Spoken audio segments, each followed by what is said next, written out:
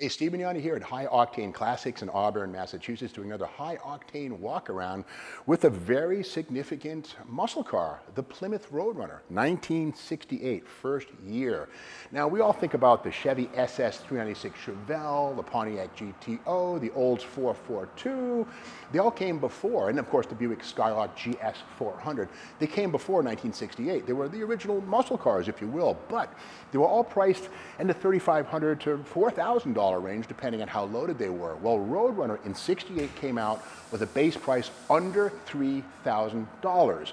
And that made it affordable to a high school senior with a strong work ethic. It's true. Kids could buy these cars at $2,800 stripped and have a GTO competitor. Now, the beauty of the Plymouth Road Runner was how less was more. Plymouth sold these cars in base form with steel wheels, poverty caps, right out of the taxi cab and police car catalog or parts bin.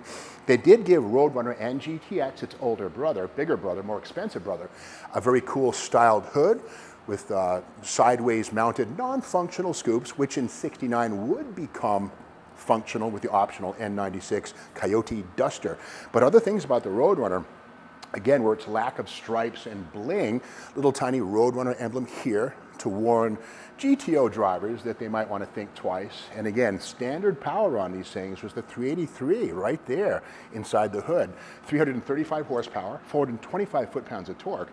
So, and 11-inch drum brakes, by the way, all the way around, which are bigger than a Pontiac GTO's 9.5 inches. I mean, Plymouth gave you a lot of go and stop and cornering power, standard sway bars. Now, the cool thing about Road Runner is that it came out in two body styles in '68, the sedan and the hardtop. The sedan, to cut costs, actually has rear windows that don't roll down, but they actually are hinged and pop out like that. And that was a way that Plymouth could save money on the body shell to give you a better value on the drivetrain. The 383 standard 4-speed, and not a 3-speed, a 4-speed. And again, the body lines on these, the same as a Belvedere or a Satellite, but again, just nice wide hips, if you will, on these cars. And the beauty is, a big fat 60 series tire fits right under there. And at the back, not a lot of extra ornaments. The GTX would have had a much brighter panel here, as would have the Sports Satellite, but the Road Runner was very austere. Once again, the little badge saying Road Runner. And of course, where there's a Road Runner, there's gotta be a beep beep. Let's look under the hood. Now, if you've been living under a rock like I have for a long time, you know that the Road Runner, of course, was a Warner Brothers 7 Arts cartoon character from like 1947 onward, the Road Runner, the Coyote, and they would have their little escapades in the desert, the Coyote chasing the Road Runner always getting away. And the Road Runner's voice was this little beep beep sound. Well, Plymouth paid Warner Brothers 7 Arts a reported $10,000, that's the word, to license the Road Runner motif, and most importantly, this little thing right here. This is the Road Runner horn. Now, that would be purple in 1969 onward, but for correctness, 1968, these were black. However, the air cleaner paid full tribute to the Warner Brothers 7 Arts Road Runner. In fact, the trademark, the copyright on his feet right there, Warner Brothers 7 Arts, that has to be there legally.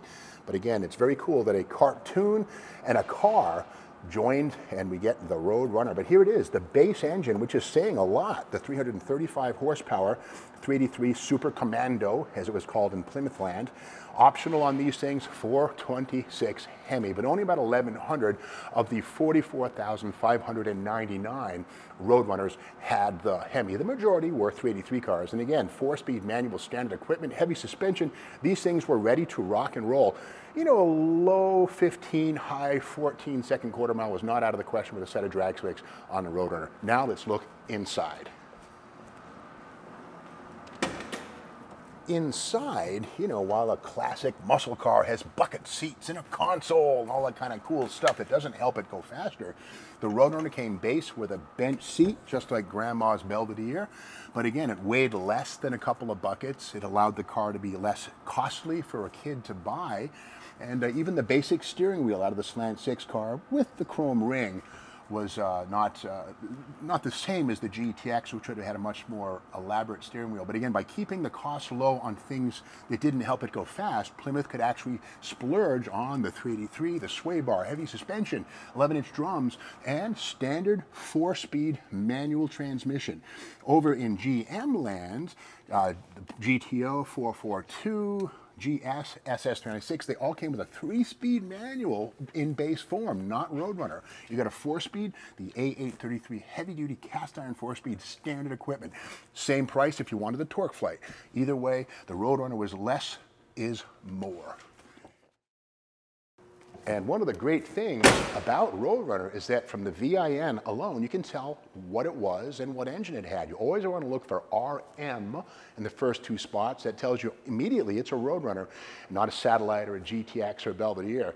And the 5th spot, when you see an H, you're talking 383. If you see the J, the mighty J, Street Hemi time. But that's the story of how 1968 Plymouth Road Runner launched the junior supercar, the budget supercar, and allowed high school kids to play along in the muscle car wars.